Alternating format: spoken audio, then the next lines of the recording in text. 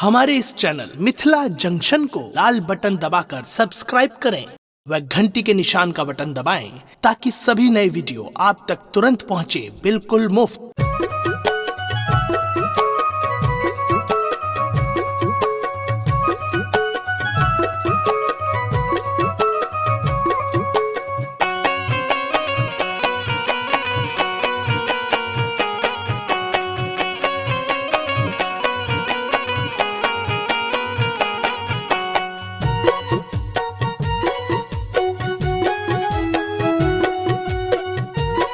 अपने सुन रहल छी गंगा कैसेट की प्रस्तुति।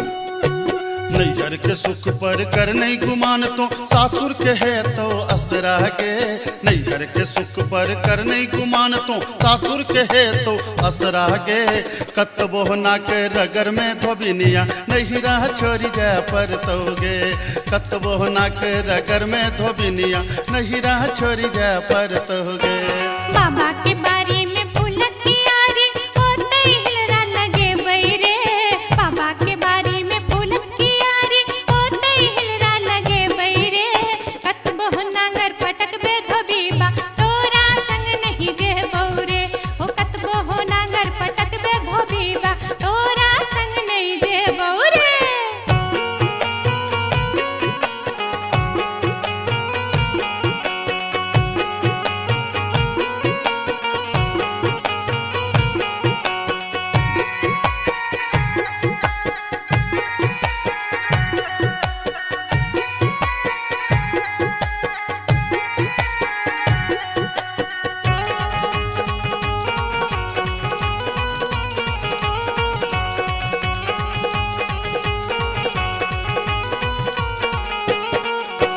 बाबा के घर में छै मन मौजी हम दुलारी धिया रे। अच्छा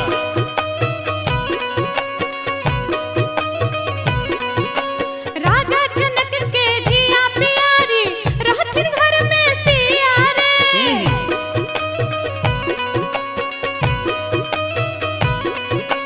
बाबा के घर में छै मन मौजी हम दुलारी धिया रे। राजा जनक के जिया प्यारी रहथिन घर में सिया रे। भैया भौजी के परम स्नेही सब दिन नहिरा रहबौ रे।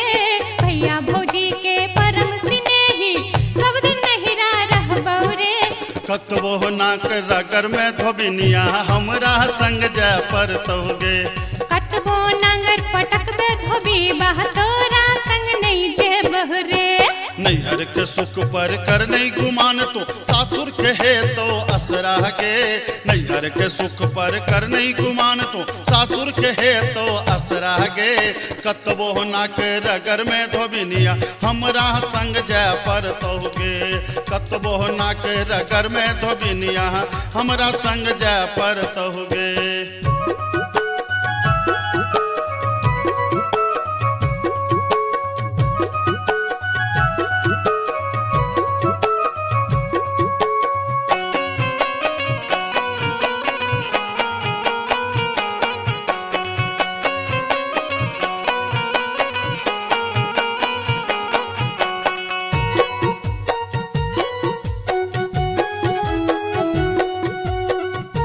अपने सुन रहल छी गंगा कैसेट की प्रस्तुति।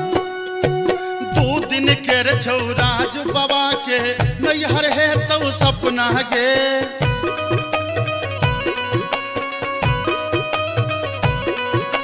सेनुर जहिए सीख में पड़लो पिया के घर छौ अपना गे।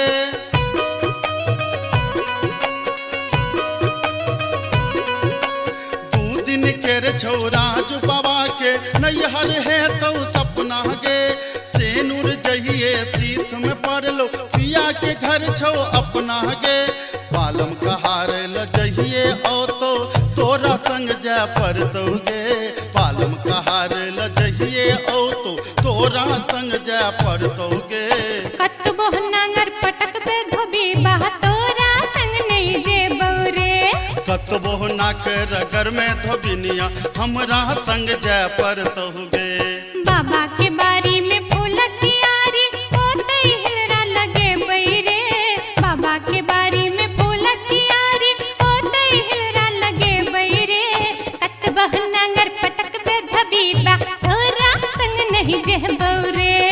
कतबो ना कर अगर मैं तो बिनिया नैहरा छोड़ जा पर तोगे नांगर पटक बे धोबी बहतोरा संग नहीं जबो रे कतबो ना कर अगर मैं तो बिनिया हमरो संग जा पर तोगे रे कतबो नांगर पटक बे धोबी अच्छा बुझलियो संग नहीं जबो रे कतबो ना कर अगर मैं तो बिनिया हमरा संग जा पर तोगे।